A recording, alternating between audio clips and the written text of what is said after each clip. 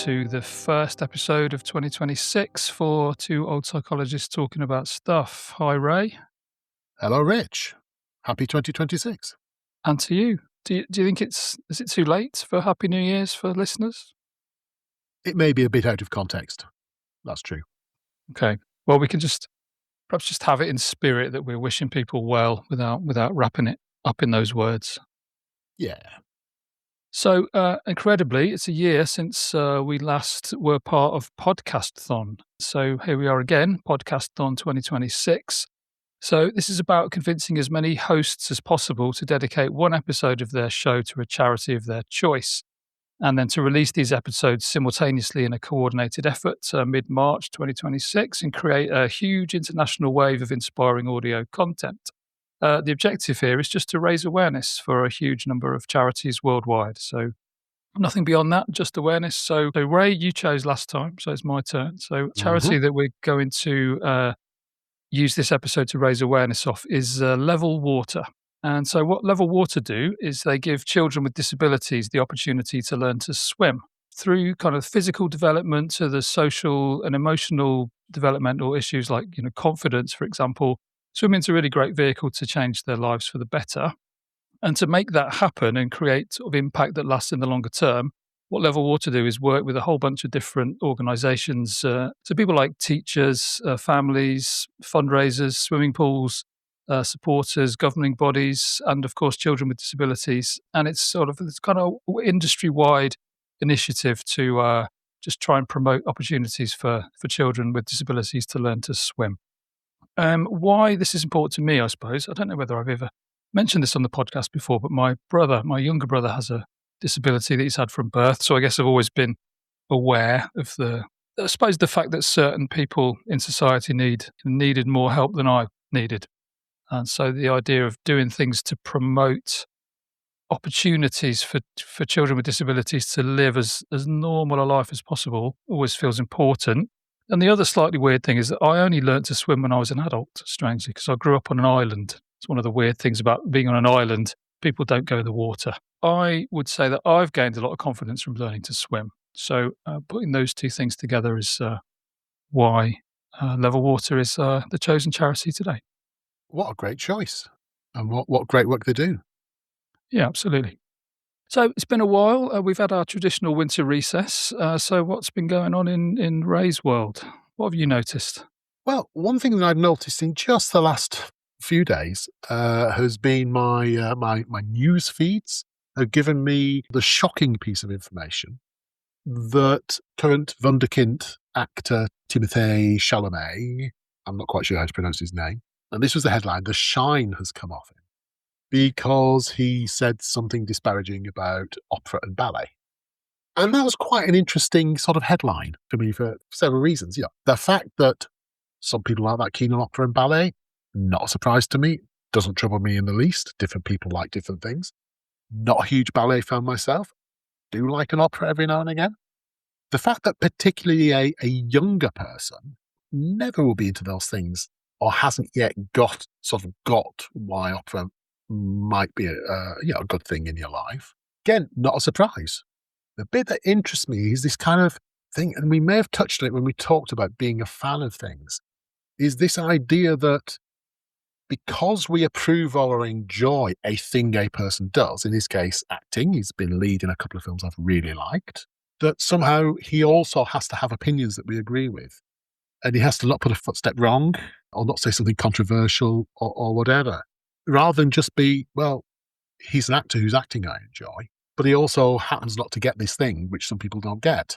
The idea that a headline, like the shine comes off him because he has an opinion that some people disagree with, just seems to me kind of symptomatic. That sort of people are either saints or sinners. And you can fall from grace for just happening not to like ballet. Yeah, amidst the things we're going to go on to talk about, maybe not the biggest thing in the world, but that's one thing I've noticed in the last few days. I was hoping, as you started to talk about that this was going to be one of the things we could disagree about, because we're far too agreeable, I think, on this podcast. I really don't like opera or ballet either. See, what he actually said, I'm going to get the quote, was, I don't want to be working in ballet or opera or things where it's like, hey, keep this thing alive, even like no one cares about this anymore. That's what he said. And I kind of agree with him. I had a friend who used to work for the Arts Council who was always tearing his hair out that loads and loads of subsidies went into keeping things like Shakespeare and opera alive. And without that, they'd probably fade into obscurity. So I always think that's interesting. But yeah, Mm, that's an aside, isn't it, really? I agree with you, though, disappointingly, that it is disappointing that someone gets sort of flamed and vilified for just having an opinion about something mm, that he's had loads of grief from other actors and other sort of artists just saying, why would anyone be critical of other artists? It's like, well, why not? and, why does it matter? One millennial actor, as we said, has an opinion. It's kind of either here or there for his craft and what he is for in our lives. Yeah, good for him, I say. But I think we will touch on this later because it does play into this thing that does feel like a curious sort of psychological phenomenon at the moment where things are so polarized that people, as you say, are either saints or sinners. And it's the sort of the death of nuance where we can't appreciate one thing about a person and not like another thing. Like there seems to Mm, be no shades of grey anymore. mm. Promisingly looking like a disagreement, but kind of agreement in the end. Boring. Okay, but we could follow this up. We could find the thread of disagreement and hang on to it. That I actually quite like opera, and you don't like opera. So so maybe the deal is, you've willingly come on to cricket matches with me in the past. We have done stuff. So maybe one day we go to an opera. So have you noticed, Rich? So I'm going to take over the rest of the podcast because I'm selfish like that. Um, what I've noticed is the same thing has happened. What happened last year, which is we turned our back for a couple of months, and then the world just went crazy. Mm, So I think the last time we spoke, we were kind of saying good riddance to a less than stellar 2025, mm, and 2026 hasn't got off to a great start either. So I think there's two aspects to this. I suppose what I've noticed is objectively, like if you look at some of the data, there is a rising tide of mental health problems, and particularly amongst young people. And then subjectively, I feel like both in my personal life and in my professional life, I've become very aware of a kind of thread of existential angst, people worrying about world events. And there seem to be like a number of different kind of threats to people's sanity, and people are worrying just a lot about various different things, mm, whether that be kind of reckless world leaders who are literally setting the world on fire, or social media and the type of polarization you were talking about earlier that's got a metaphorically setting our communities and our politics on fire. Wealth inequality, the issues with the job market, again, particularly difficult for young people, mm, the looming menace of AI. There's a whole bunch of different things that I think people are worried about, and it seems to be at a kind of, not just a slightly transient, this is bothering me today, but a more kind of existential, really quite worried about the future kind of thing. So that's what I've mm. noticed, and that's what I wanted to talk about. But yeah, I don't know. Is it just me? Have you noticed a similar thread? Oh, absolutely. Absolutely. Kind of at both of those levels, really, at the kind of the impact on mental health, and also the fact that these are not sort of the sources of some of that mental health problems are not what we say psychogenic. They're not created within the individual. They're very much reflections of things that are objectively going on in the outside world, and some very reasonable kind of like predictions about things like continued damage to the environment. So yeah, at both of those levels of yep, real bad stuff's going on, and yes, it's definitely flowing through and having an impact on people. Absolutely agree on that. I did a thing. I don't think I even told you, but yeah, I've cheated on you. I appeared on another Ooh, podcast. how dare you? I know, I know. So I'm sorry. It's not And you. used It's to me. tell me in public on a podcast to try and Don't- sort of like moderate my response to yeah, you can't be too angry because you're being recorded. you. So anyway, I was invited on to talk about politics and therapy and the Oh, relationship between those two things. One of the things, amongst others, that we talked about was the idea that a lot of psychological models tend to view the causes of people's distress psychologically. Now, that might sound like a really obvious thing to say, but what I mean by that is that they tend to locate the problem inside of the individual. Mm. So Yeah. if you're distressed, it's because you're having a bunch of negative thoughts or something, Mm. and perhaps some psychological approaches could do a better job of considering the interaction between the person and the context that they find themselves in. Yeah, absolutely. Like, we don't exist in a vacuum, right? We can't help but be impacted by the things that go on around us. Yeah, we are organisms that are reacting to our environment, either over the generations in terms of adaptation, evolution, or within the single lifetime in terms of learning and adjustment. So to actually try and consider those processes without considering the context that you're in makes no sense. So, if I could speak to you as an esteemed psychologist, what would you say is going on? What's happening in our societies that is giving rise to this level of angst? Okay, from a psychological point of view, I guess there's it's always an oversimplification to say there are two levels because everything participates in big, complex webs of causality. But we could try and pick out threads that allow a story to make more sense. So, like the two levels we could talk about is one that could be about why are world leaders setting the world on fire, between national and global concerns, not taking environment change seriously. There is that kind of way of looking at it psychologically. The other one is, given all this stuff is happening, what shapes the kind of impact it has? We acknowledge it's bound to have an impact, but what are the psychological processes underpinning the type of impact that those things have on an individual? And in some ways, as not an expert on geopolitics, I'm always slightly more towards the other side. So it's not denying the reality of the external things, but it's also saying what influences the kind of within person level response there is to these very real external circumstances. If we could just take one thing as an example. So there was a study in 2020 that analysed something like 2 million posts on social media by American politicians and major media outlets that had been published on Facebook and on X. And by far the strongest predictor of engagement with those posts were words that demonized some sort of out group. So words that pointed to some group of others and, in a kind of critical or condemnatory way.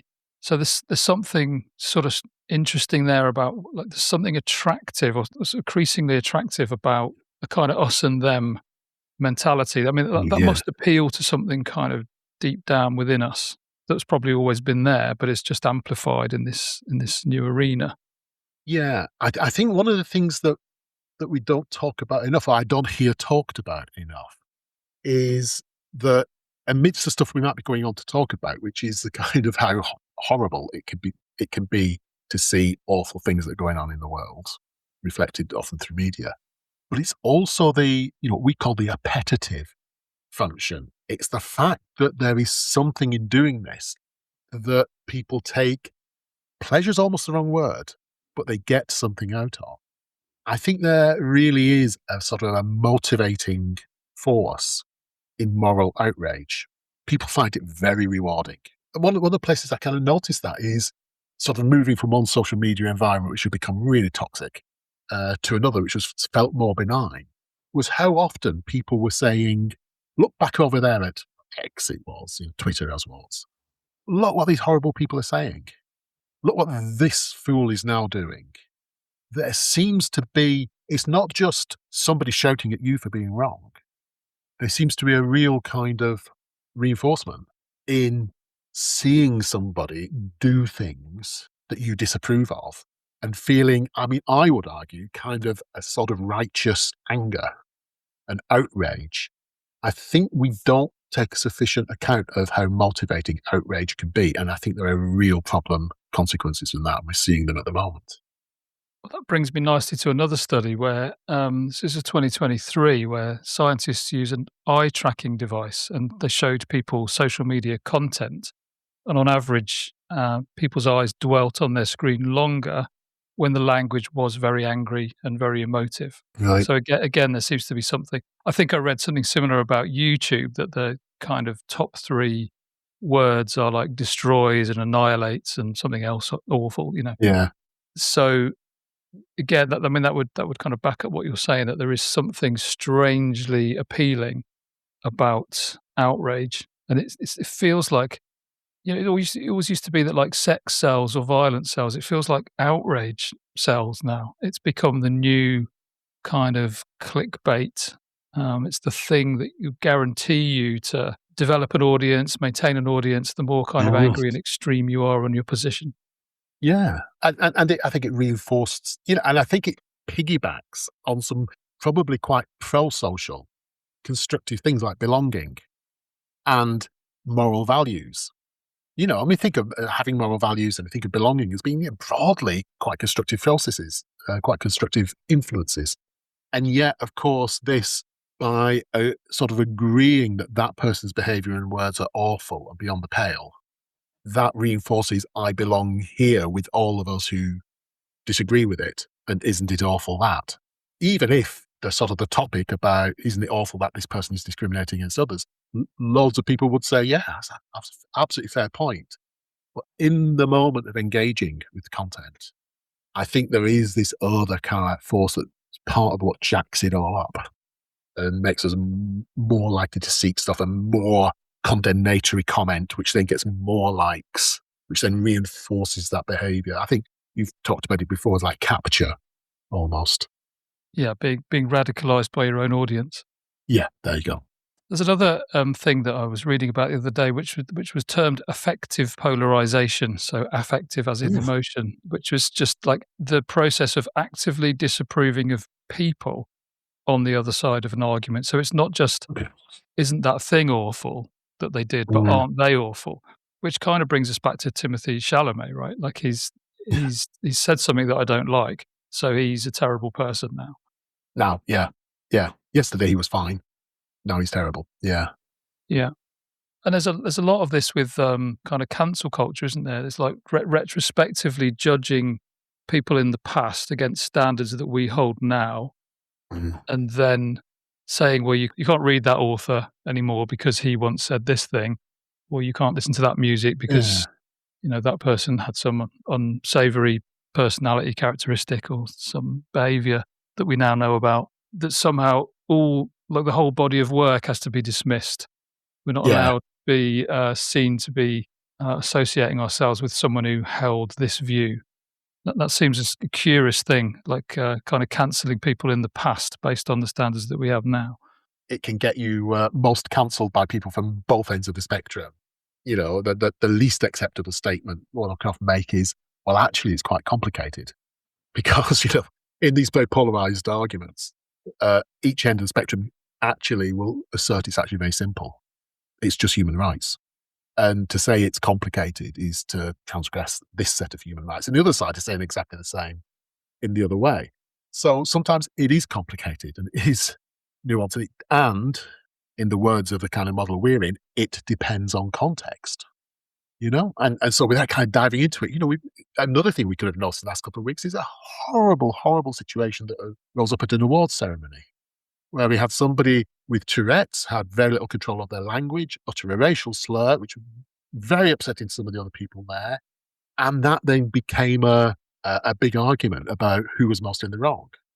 And some people arguably were very in the wrong for how the situation was managed. But we do get this sort of, it's not okay to say, yeah, this is complicated, isn't it? It's not simple to say who's in the right and the wrong. That becomes a kind of position that's less tenable, or certainly is open to criticism.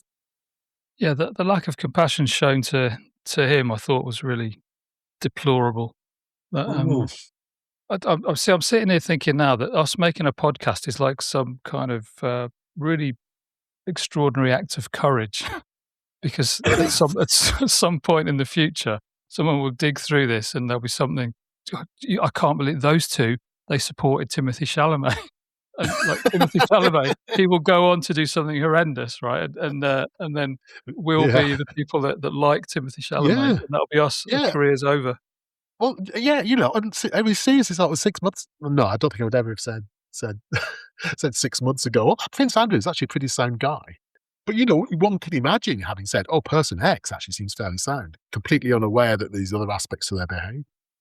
And without sort of desperately trying to claw back my woke cred, if I ever had such a thing, and here's where it's complicated, there are times. So here's a really sort of long-term historical one. Samuel Pepys, late 1600s, during the Fire of London, he was he kept a diary, and it's one of the best documents of what life was like then. And people have used it as a basis for years and been really kind of entertained by how he speaks about stuff and some stuff he does.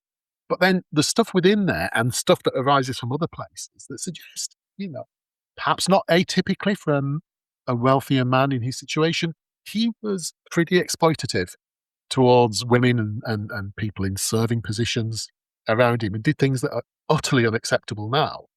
Now, does that mean that all of his diaries are of no consequence of value? No, of course not. But I think it is also reasonable to say, yeah, actually, we need to see that side of him as well.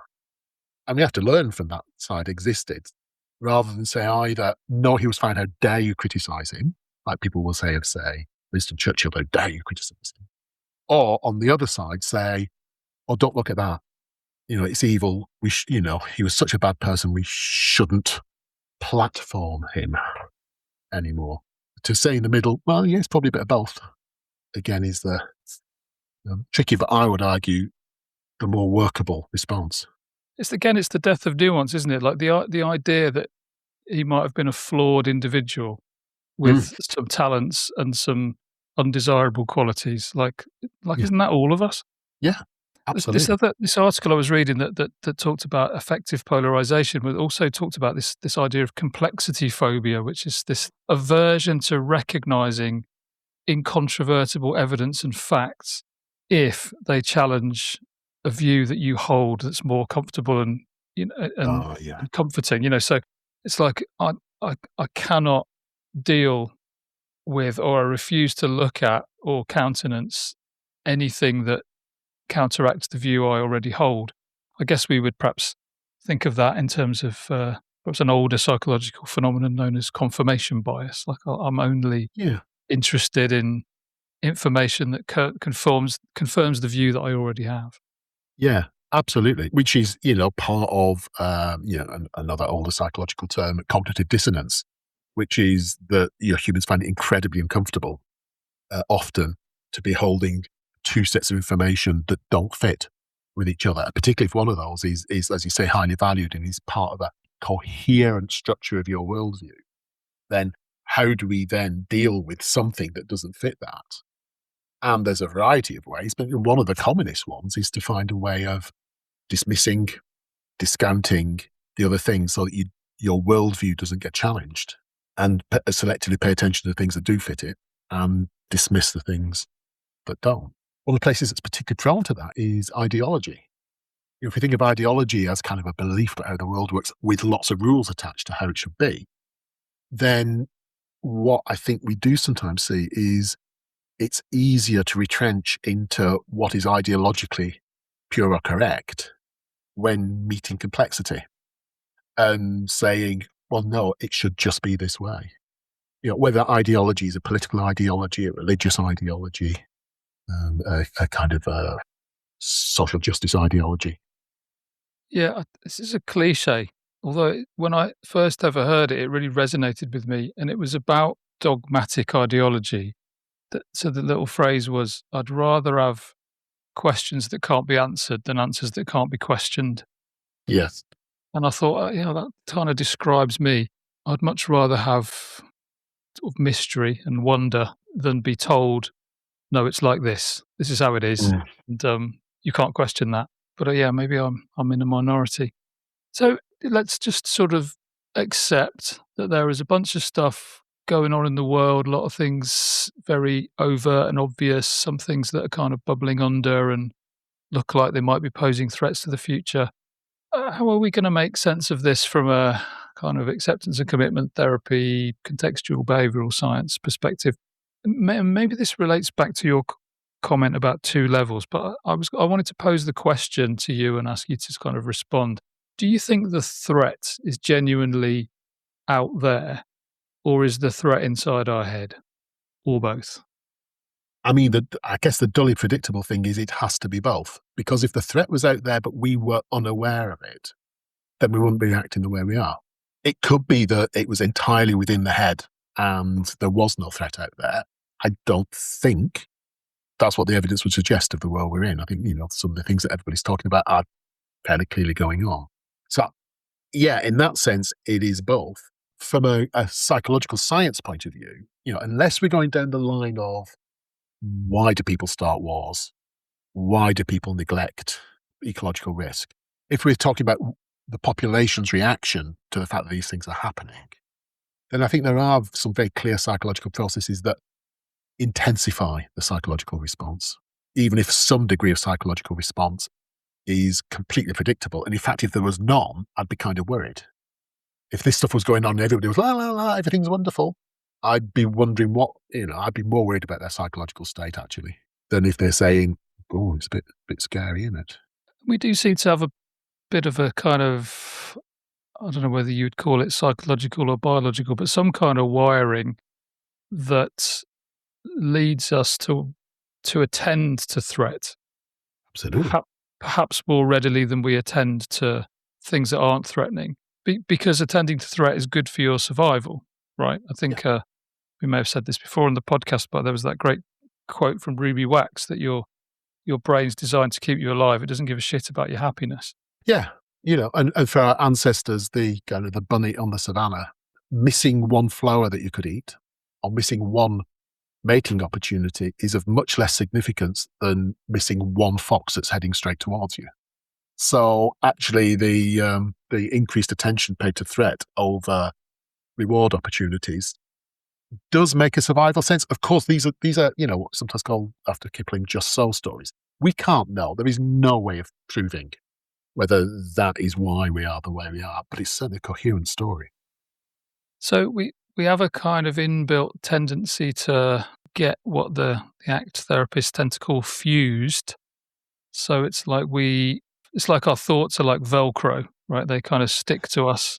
Once an uncomfortable thought or feeling comes to your attention, it's not easily dismissed. Like it takes up a lot of bandwidth. And so we have this tendency toward getting fused, or some people like to say hooked by uncomfortable thoughts and internal experiences. So that's there. Mm. But it feels like with the advent of social media, we've kind of like developed this technology that just puts this stuff a few inches from your face for hours and hours every day in a way that it just didn't before. So that it feels like it's not a new phenomena, but we've now developed this technology that massively exacerbates a phenomena that was already there. Absolutely. And is designed to do that and to monetize it. But yeah, if you think about over history, kind of, maybe sometimes years afterwards, hearing that there was a war in another country, in your village, if some traveller comes and tells you, well, a few years ago, there was this war in a desert land, through to times when there were things like newspapers. Once a day, there might be an update with an engraving, and then later on, maybe there was a photograph. And then perhaps the newsreel, which was updated once a week or twice a week, I think, in the cinemas, to 2 or 3 daily news bulletins on the TV, which is kind of where I kind of came in.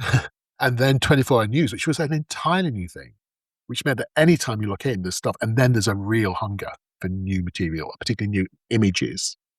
And then we come to social media, where there is a push to new images all the time, even though the event, as horrific as it was, happened in one moment.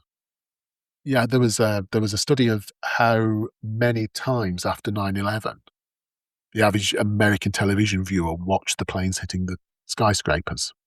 And it was like hundreds, in a nervous system that's kind of maybe built to see a threat once and to think, oh, well, that's dangerous. Avoid that kind of situation. But now it's the threat is there and there and there and there and there. Yeah, it was a good friend of ours commented recently. I'm not going to name them in case because I haven't sought their consent, but they posted something that said, "I never thought I'd spend my 50s watching people being murdered from different angles." Sounds about right. And it's not, I think, because people are intrinsically morbid. I do begin to worry about that a little bit more. As somebody who's not like a big fan of the True Murder documentary series, I am sometimes slightly puzzled at how popular those things are. But I don't think it's necessarily because people are morbidly, oh wow, great, let's see some more murders on the news. I think it's more that, as we were saying before, you're kind of rewired to attend to them if the information's there. And then we get stuck, and we get stuck both from these long evolved psychological processes, but also from the way the people who run social media engineer the process to just one more scroll because there might be another angle on that, and you're there. There is also a kind of quite cynical algorithmic manipulation, I think, isn't there, Mm, that's going on here, whereby, like, if you're the sort of person who, say, I don't know, is into perhaps left-leaning politics, so your feed is full of that stuff, there is data to suggest that what the algorithm does is deliberately shove right-leaning stuff into your feed as well, mm. so that you can be outraged by it and so that you'll comment Rage on it. bait. Yeah, so there's some kind of manipulation that's going on, all as part of this overall project of mining our attention, and it does Yeah, seem that rage and yeah. violence is very effective at doing that. So I was thinking about this when I was out on my walk this afternoon, that it's, it feels like we've moved from sort of hunter gatherer to an agrarian economy around attention now, because I think initially it was about capturing attention, like a hunter or a gatherer would capture, like a bird or berries. And it actually feels, and mining is another good metaphor for that. Okay, so then they started going digging for it. But now it feels more like it's agrarian. I think our attention is being farmed. I think I think the soil is being very carefully prepared and fertilized to keep being able to reap the rewards of all those delicious clicks and advertising links, but done by kind of changing how we attend rather than simply capturing the end result of it. That's a nice metaphor. That I'm having that. I think. You heard it here first. I mean, I probably heard it somewhere else first, and I just imagine I invented it. But there you go. It's funny. A little while ago, you alluded to climate change, and as soon as you did that, I thought, oh God, yeah, climate change. Remember that? Like it's like the news cycle is so fast that it feels like nobody's got the bandwidth to think about climate change. You just don't hear about it on the news. Yeah. Well, I think the sort of the unallocated bandwidth, it's not there, and then there'll be some people who that's their lens, and sort of amidst all the horrors of what we're seeing in the Middle East, and the Middle East is itself a loaded term, however, but that area of the world at the moment, I mean, there are certainly some people who are saying that amidst all the terrible things that are happening to individual people, the ecological damage of what we're seeing there is one of the worst things that's happening. And potentially we should be reacting to that by reducing our reliance on fossil fuels anyway, and blah, blah, blah, blah, blah, blah. So I think, there are some people for whom they will continue to see it through that. But you're right. The general pool of story that's out there, that's not front and center. Partly because that feels like a tomorrow problem, whereas people dying is a today problem. People dying in rocket attacks is a today problem. Although one could imagine how different this current conflict would be if we were much less reliant on fossil fuels. Oh, yeah. Wouldn't be quite as much chaos. The other thing I think, sort of it's a background thing, isn't it? But like why has Greenland become so interesting all of a sudden? I think that is about climate change and melting of the Arctic and the opening up of sea lanes and therefore trade routes. I think you mark my Mm. words, that'll be the next major battleground, the Arctic, in the coming decades. Anyway, Oh, joy. I mean, let me ask you a question, because something kind of occurs to me that against the backdrop of all of the stuff that's happening, and the undoubted rise in diagnosed mental health problems and apparent rise in existential angst. What I don't see is people just being unhappy all of the time. Hmm. So let me ask you. So I mean, I know that you're a well-read man and you keep up with current events, and there's lots of things to be miserable about. Are you miserable all the time? No, absolutely not. So it strikes me that we could perhaps turn the rest of our attention today to thinking about, like, how have you pulled that off? Like, how is it that we can kind of retain some sanity in a world that seems insane? Look, the first thing to say, and again, this is going back to our previous conversation, going to sound like, oh no, me trying not to get cancelled. But I think this is genuinely the truth. One of the reasons I'm not miserable all the time is I live in an area that's not a war zone. I have enough food to eat. There's a roof over my head, and I'm not one of the populations that's directly targeted in this. So, that's part of why I'm not miserable all the time. But actually, even saying that sort of points me towards one of the things that I think we can do. And that is notice some of that stuff. Is notice that even with the genuinely difficult stuff and the genuinely worrying stuff, there is also stuff that matters to me that is present. The weather is horrible outside at the moment. I can hear the rain and the wind. And here I am in a relatively warm space with a roof over my head, feeling relatively safe. That's something to appreciate. You forgot talking to a lovely guy. Oh, that too. Yeah, absolutely. Social connection with friends and talking to a stimulating and intelligent and what else was on the list, Rich? Well, wonderful. Well, thank you, Ray. So actually note it. Now, this isn't like a very radical point I'm making.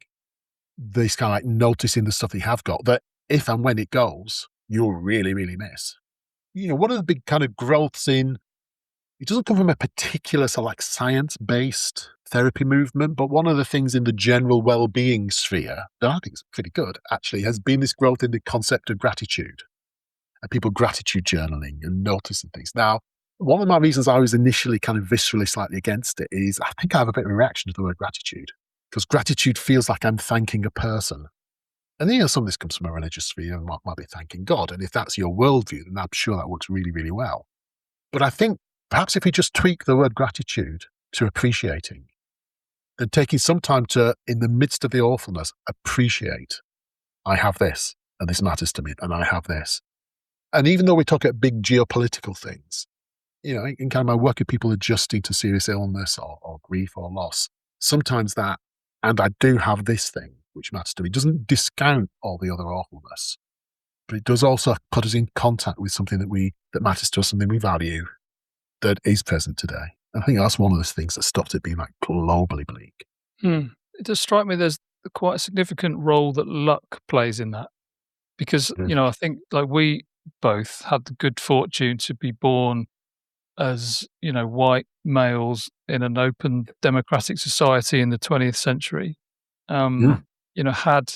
Had some of those things just turned out differently. You're born a different gender, different ethnic group, different time, different place, factors completely beyond our control.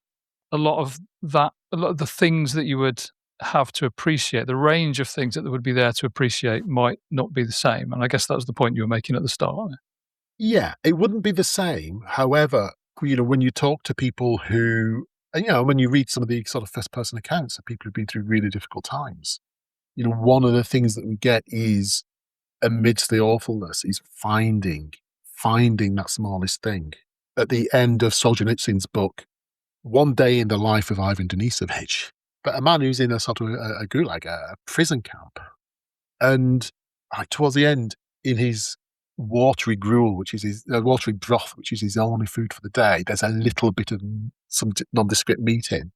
And then he says afterwards, today was a good day. Now, that's not to say that that's all people need. People need and deserve all the basics and beyond basics. However, we can find the thing that just keeps us going because without that, today would have been worse. So I think that's one of the things that we can do in the face of adverse circumstances is alongside all the other things we're going to talk about, notice there are some things that I have that I would miss if I didn't, however small. Yeah.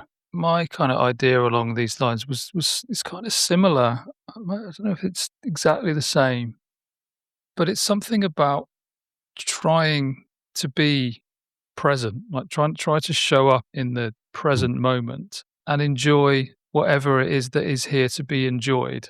Like before you lose everything, right? Because which we all will at some point. Like at some point, everything you have will end. Every relationship ends. Every possession that you have will one day not be yours because you'll have died. Like it's transient, right? And so I think just enjoying the things that you have while you have them just feels important because you Mhm. just don't know when it's all going to change. I don't know to what extent this might be influenced by my own sort of position in the world as an atheist. In sort of blunt terms, I kind of think, well, I didn't exist for whatever it is, 13 billion years. It didn't bother me. I've got kind of, I don't know, 70, 80 years of life and then I'll die. And so it won't bother me then either, right? Because I'll be dead. So I've just got this small sample of time to enjoy as much as I can Mm. the luck that I've been afforded. And I think part of how you can enjoy it is to appreciate and perhaps have gratitude for the ability that you have to put your attention sort of where you want to put it. And I know that's not always easy, but like it is possible to kind of switch Yeah. from reading some awful news event to taking a walk in the woods with your dog, and I appreciate that's a kind of somewhat trite example, but it is possible to shift your attention from one thing to another, moment to moment. Like Yeah. this moment right now is not the same as the moment just then, and I do have some control how I move my attention, and our attention does get drawn, and it's like someone's grabbed your attention and yanked it and put it over there, and you don't like it, so it's an effort to bring Yeah. it back. Well, I think we all have some ability to attend to the things that give us pleasure. Yeah. That's a really good call. Because, as you say, our attention gets captured either passively or actively, as we talk about social media designed to capture it and farm it. Then maybe one of the things that helps us notice and remember to do this is, just having some kind of like simple rules of thumb Hmm. about like limiting how much time we're doom scrolling.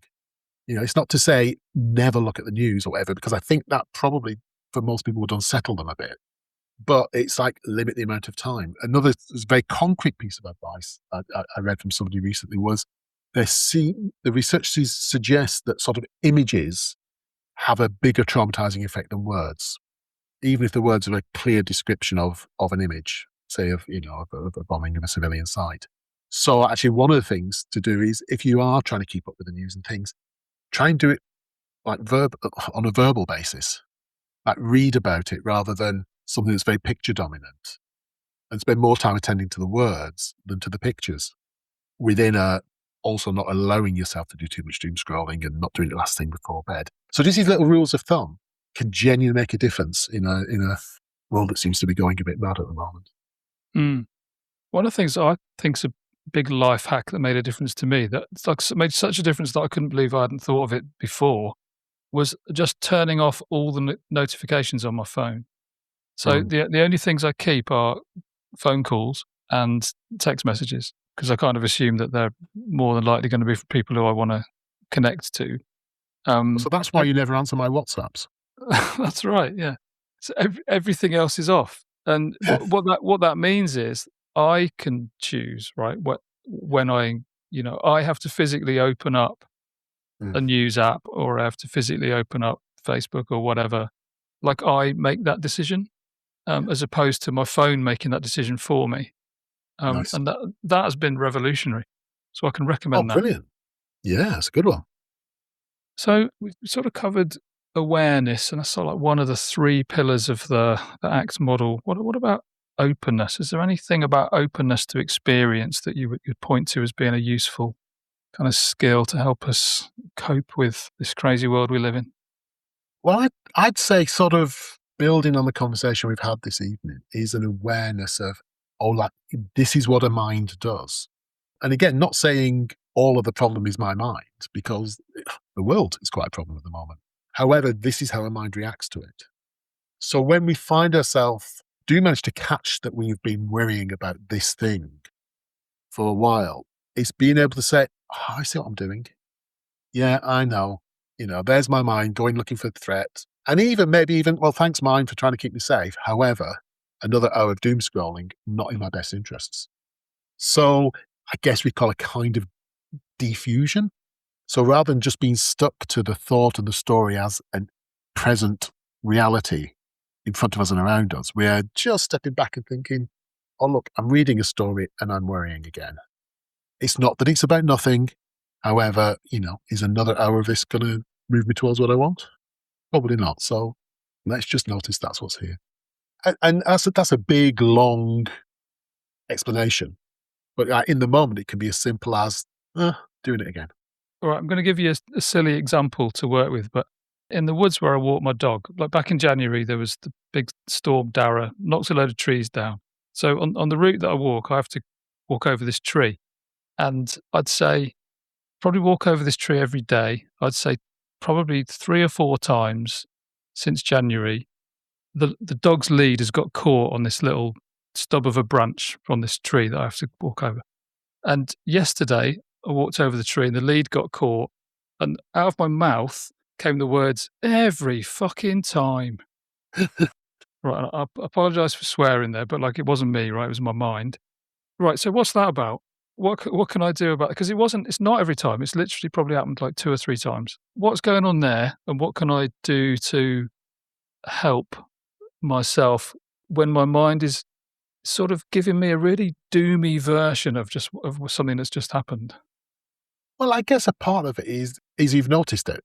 The fact that you're telling this story now, you're not actually telling me a story that says, it's really weird. Every time I go past this tree, the lead gets caught. So, you've already noticed it, so well done. And, clearly that was sort of driven by frustration. I'm guessing, driven by the frustration of it happening that time. And then in that moment, my guess is your mind links to every other time that it did happen. That's the pattern it saw. And it didn't link to every time that it didn't happen. Because, again, that's not the relevant information at that point. And so up it comes with every time.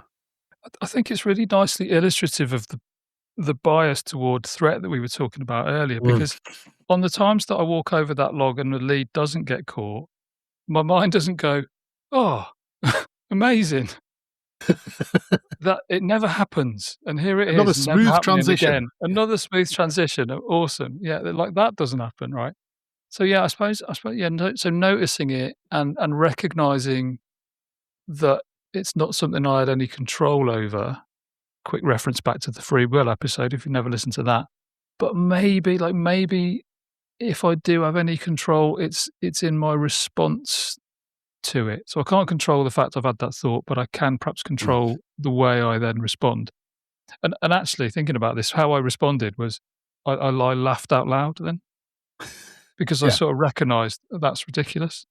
Yeah. That's what a strange thing for my mind to say. And the other alternative, of course, is you could have spent the rest of the walk fuming. Yeah. And you weren't present for your dog, you weren't noticing anything else. Because all you were saying is, why don't somebody do something about this? It's been over for so long, it's somebody's job. And just getting more and more sucked in, more and more fused, as we'd say, with the cognitive content, rather than ground under your feet, it's the temperature of the day, things that you actually want to pay attention to. So in summary there, recognizing that you and your mind aren't quite the same thing, and that your mind is kind of doing things to you, and you can't choose those, but perhaps you can choose something about the way you respond. So having noticed it, there's some options about how I respond to that. And I would add, try to do it slightly gently, because what we don't want is, oh, you idiot, you've done it again. Because then you just get sucked back into the trap. It's much better if you could say, there we go. All right, you did. You laughed. Yeah. Thanks, mind. My contribution to this sort of openness part, I think, would it's probably just about, it's going to sound very kind of liberal, lefty bedwetter, but I think it's just acceptance that there's a whole bunch of things that you can't really do anything about. And so, the war in Iran, for example, is going to happen whether I'm miserable or not. It comes back to that whole, we've probably talked about this before as well, but that serenity prayer that's very popular amongst Alcoholics Anonymous. God grant me the serenity to accept the things I cannot change, the courage to change the things I can, and the wisdom to know the difference. So I think like recognizing that if there are things that you can do something about, then great, go and do something about them, but also recognizing that there are sometimes things that you can't do anything about. And so just accepting that that's how it is, and connected to that, I would say acceptance of other people. You don't have to like what they do, but it's helpful to try and understand something of some other people's motivations. So rather than condemn, the other side or people that you don't agree with, just try and listen to them. Try to just accommodate their point of view. For example, and I'm not saying I'm a saint by any means, but I try to access a range of different news media so that I get different perspectives on things. So I'm not sort of living in a left-wing echo chamber, which would be my natural home. When we do get to know more about any person, it's not that we end up having to approve of them and have to think it's okay that they are doing this thing. There's all statement like to understand all is to forgive all. I personally don't really buy into that. I think to understand, as in to try and make sense of, is almost always a helpful thing. It doesn't always lead to forgiveness, because I think there's some things that I wouldn't forgive.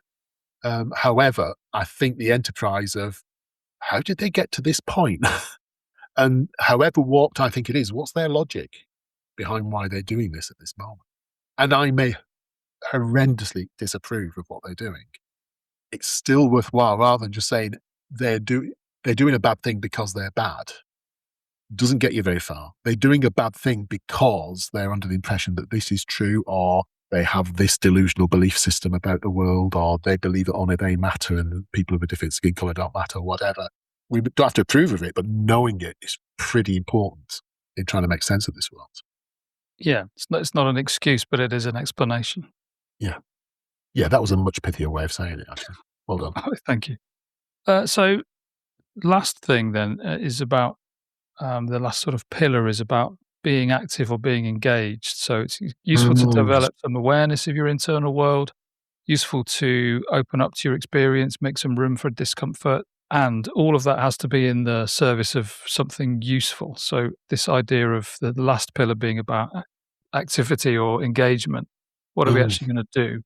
So any ideas under this heading?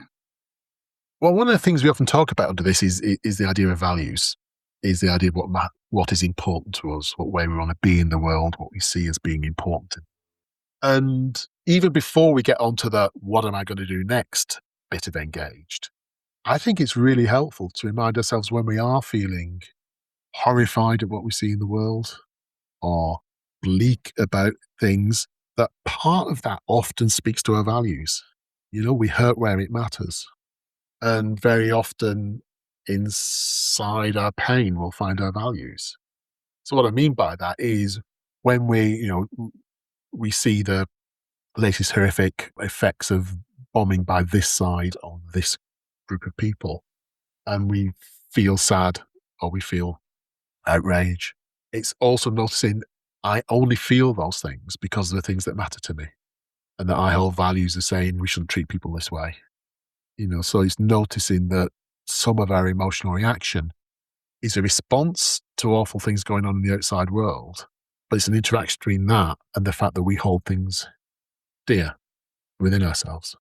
So it's that kind of pain and values link can help us contextualize the occurrence of the pain, such that the pain isn't some external thing that's just coming to stab us. It's part of who we are in this world. And that seems to make it easier for people to then want to make room for the pain rather than struggle against it. Right, like there's a reason why I'm suffering here. Yeah, and I guess I maybe add to that, like once you've figured that out, like what is the value that sits on the other side of your pain there? Can you respond, but in terms of your behavior, can you respond from the value side of it rather than the pain side of it? So rather than lashing out because you're angry, can you figure out that maybe your anger is about injustice, for example, and then try and do something that is about addressing injustice rather than just lashing out through anger? Yeah. And even if the addressing injustice cannot address that event because it has already happened, or it is decided in the White House or the Knesset or where it is, the equivalent is in Iran, we may not be able to address that event that was so unjust. But what bit of fairness can we encourage in the world that is within our scope of control? Yeah, nice. I think it's that idea of sort of trying to change the world with every tiny action. I haven't expressed that very clearly, but if you're upset by the state of things, then going with what you're saying, like that does point to some kind of value that you are perhaps invested in the world being a better place than it currently is, and you are interested in some improvement, then go and make some improvement. I Mm. think make some small contribution to the world being a better place. And it might not be important on a global level, but you might just do something in your local community. This is what I find irksome. This is another thing that's going to get us both cancelled. But I find it difficult about some of the more extreme ends of sort of the critical social justice ideology, often referred to, this is a loaded term, but the kind of woke culture that people seem to spend a lot of time hanging around universities, examining discourse and, trying to challenge the way people speak, rather than, I don't know, like going into a poor neighborhood and teaching kids to read, for example. Like it Mm. feels like people's time could be better spent, like waiting for people to trip up and then canceling them, air quotes, dismantling structures or whatever they think they're doing. I just have a real reservation about whether that makes any actual difference in the world, and that time could be usefully spent making some really constructive change to society.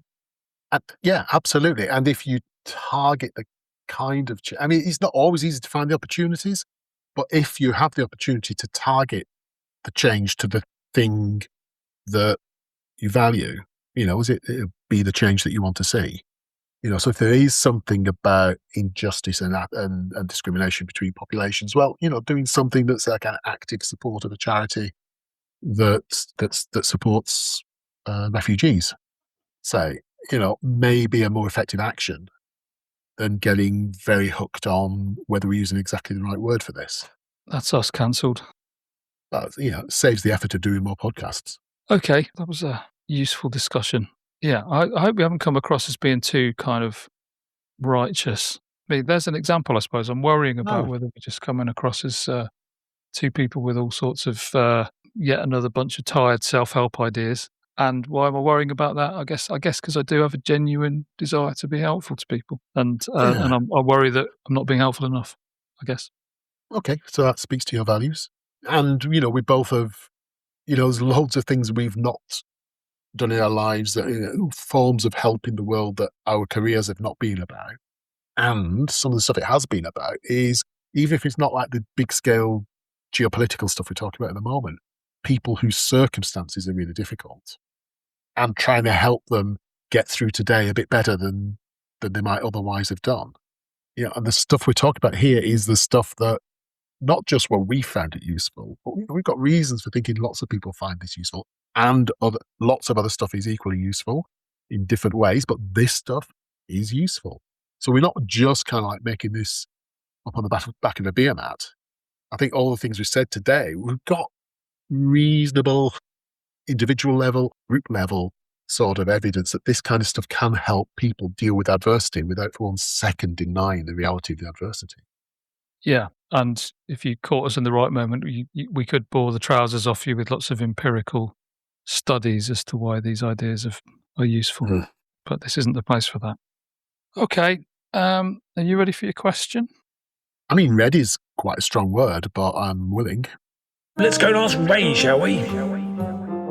Okay, so this question comes from a guy I met in Poland, and we've had a little bit of a conversation since. So he's called Kuba. So hi, Kuba. And he had a question for you, which was, what was the most memorable gift you ever received? Okay, so memorable, I've been very lucky. I've had lots of people who, in my life, and people have given me nice things. So lots of good stuff. Memorable was my sister-in-law. Hello, Sarah, if you're listening. is really great on a themed present. And for a significant birthday of mine, she decided she would look back through my life and get a couple of gifts that, from what she knew of my life, sort of symbolized it. And the thing she chose was she had heard me tell stories of my sort of northern Milltown upbringing and eating tripe and how much I like tripe.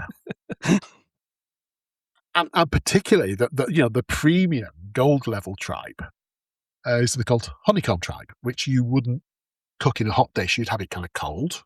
I'm going to have to intervene here, Ray. We have international listeners. You might have to just unpack what tripe is. Tripe? Oh yeah. Tripe is the prepared stomach lining of a cow. And it's that delicious, as the description implies. And it actually can be. I mean, lots of cultures, where you've used old parts of an animal, because you've had to. It's been part of national fare, and in sort of Italy, it's quite a delicacy, all sorts of places. But in the Northwest, it was, it was relatively cheap and quite filling. And this particular form of tripe was a real sort of, it was a pleasure. It was the most expensive form of tripe, but not that expensive. And I clearly had done my I had it tough growing up line once too often with her. And so she had tried to get some. It's not that easy to get these days, particularly living in London as she does. So she'd gone to, I think, the Harrods Food Hall and managed to find some. And so she presented this to me. And actually, I was genuinely enthusiastic because I used to love tripe. But the thing is, it may have been Harrods, but they hadn't prepared it properly. And when we unwrapped it, it was rank. I would say they didn't normally smell like this. No, this must be the right stuff. So we were all trying to eat this stuff. And the smell took days to get rid of from the house. I think I was the only person who managed to get a mouthful of it down and fortunately survived the process. So I'm asked what's the most memorable gift I've had. Yes, I'm slightly off, I think, tripe. But the thought was very kind and it was extremely funny and memorable. So thank you, Sarah. I am enjoying this story in the sense that someone's kind of surveyed your whole life, and the most sort of representative thing they can come up with is tripe. But I am also simultaneously starting to throw up a little bit in my mouth. So I think we should move on. I think it's a good point too. Okay, so that's me, Rich. What's the most memorable gift you've ever received? There's one that leaps to mind straight away, but I want to keep something in my private life private, so I'm not going to talk about that. The other one is, it just sticks in my mind because it's just funny that when I was a child, I really wanted an action man. I feel like I need to qualify what an action man is now for anyone who might be young who's listening. It's like a doll, right? It's like a doll for boys. There's this kind of rugged looking action hero type doll, and it would usually come with sort of dressed as a soldier or an adventurer or something like this. So I really wanted an action man. And for Christmas, ripping off the paper, you see the Action Man logo, super excited. What I got was a Escape from Colditz set, right? So it had a German army uniform, a German sentry box, and a English prisoner of war kind of escape commander uniform. But I didn't have an Action Man. And so, because my birthday's quite close to Christmas, and so I'd got this for Christmas, and I didn't get the Action Man until my birthday. So my mum had obviously just, she'd given them in the wrong order, right? So I spent 5 weeks playing with these uniforms. Did it have the little Alsatian dog? It had a little Alsatian dog. It had some guns. Yeah, I remember that. Yeah, and a little sentry box with stripes down the side. Yeah, that's right, exactly the one. Yeah. Oh, I coveted that. So I played with these. I laid them out on the floor, and I would sort of move them like a stop motion animation for 5 weeks until I got actual action men to dress them in. Brilliant. So that sticks in the memory. Okay, mate, thank you very much. It's been a fascinating and wide-ranging discussion as always. I will see you next month. Very much look forward to it. All being well. See you then. See ya.